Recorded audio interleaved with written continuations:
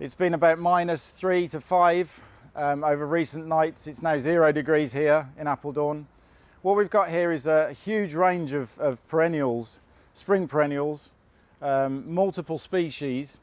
But what I want to do is simplify our spring perennial offer for you for success for cultivation and a nice offer in the key species for your customers. We've got key species like Saxifraga, Aubrietia and Iberis, traditional spring perennial culture, and I'll also talk a little bit about the opportunities for spring perennials that can cross over into summer perennial production as well. I speak about perennials, but what we're really looking at is seasonal colour, and I want to simplify that for extending the offer and the possibilities of colour all year round. So here we have one of the key species within spring perennial. It's one of the first signs of spring, white punching up from the dull ground in the spring months, brightening up the ground. So we have the Iberis sempervirens Whistler White. The Whistler White here is from seed. It's one of those first elements of colour coming through in the spring. You can see it's earlier than something in our pipeline that you can trial this year, which is the Whistler Late. However, when you look towards the potting of these, you can pot them both at the same time and have an output in two different timings. So we would recommend potting these around week 35, 37 for output around now, the beginning of March. If we look to snow cone is the most popular Iberis here in the European market. Beautiful, large, showy white flowers. Being from cutting, it means that you have earlier flowering compared to the seed raised varieties. And of course you have that very nice, well-behaved plant habit. From the seed varieties, you also can expect much more uniformity because these are F1 genetics. So compared to the OP, much more uniform and really punching great colour and uniformity across landscape applications. So here we have the Aubrietia hybrida, another one of those key species for spring perennials. Again, does need that vernalisation, so it is in the traditional spring perennial culture, planting in the autumn, flowering in the spring. Here we have one of the very well-known genetics on the market, the Glacier Blue. This is the breeding profile that we are looking at to get that nice, compact, well-behaved habit. We've improved on the earliness flowering time with the Glacier series. So Glacier Blue is the standard genetic on the market. Glacier Sky Blue is one of the examples where we're punching up on that flowering time. And you're really seeing this as one of the first flowering plants within the spring, bringing colour to the gardens and landscape. Aubrietia Audrey, we've got the new red here that's coming into the assortment this coming season. Aubrietia Audrey is an F1 hybrid, the first F1 hybrid on the market. So what we're looking at is that uniformity in flower performance and also plant vigour across the varieties, but also across the series. So what you're really getting is that cutting uniformity that you would expect, except here we have it from seed. So here with Aubrietia, these varieties, series are great for jump-starting the spring season with that first colour.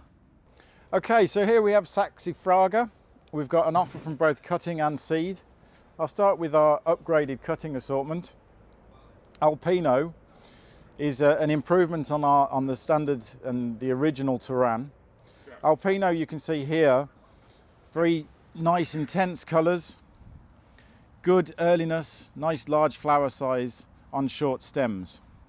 We've got a good colour range with the pink, the white, the deep rose and the red. And then if we move down a little bit further, we've got the Turan. So you can see here, compared to what we just saw, slightly later in flowering. However, the Turan is still very, very well respected because of the flower size and the cutting quality of plant, forming a nice flowering dome with these beautiful large flowers. And again, like the other spring perennials, they are the first colour in the season, brightening up the gardens in that early spring, in those early spring months. So here we've got the lime green, the large white, the pink, the white and reds. We've got a red and a deep red. And now if we look into the seed raised offer that we have, this really is the next generation from seed Saxifraga. So Lofty will be replacing Highlander. Lofty has much more vigour, better improved earliness, flower presentation, and uniformity across the series of course is key, with it being from seed. So we've got an offer here both from cutting and seed. I really would recommend the seed varieties because they are improving on what is already the standard in cutting, and you get equally as good quality, especially with that uniformity that you would expect from a seed crop. Okay, so what we have here are spring perennials that don't need vernalisation. So they can actually be grown in the summer or autumn months as well. Here we have items for autumn interest, foliage colour interest, like the Heuchera Marvellous Marble. We've got Erissimum Bowles Mauve, great for adding alongside your biennials in the autumn, for instance. The Arenaria Summer White, beautiful plant in the summer, covered in white flowers, but also showing lovely colour within the spring.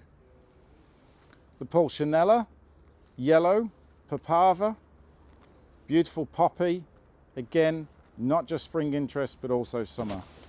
Armeria Armada, a beautiful thrift with the colourful rose flowers, also flowering in the summer. And finally, Aquilegia kirigami.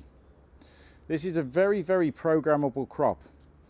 You can plant it in the spring as a traditional spring perennial, but also in the summer months and even into the very early spring through first year culture. So all these varieties don't need vernalisation. Yes, they'll flower in the spring through good culture, but in the summer, because they don't need that cold period, they're providing beautiful colour.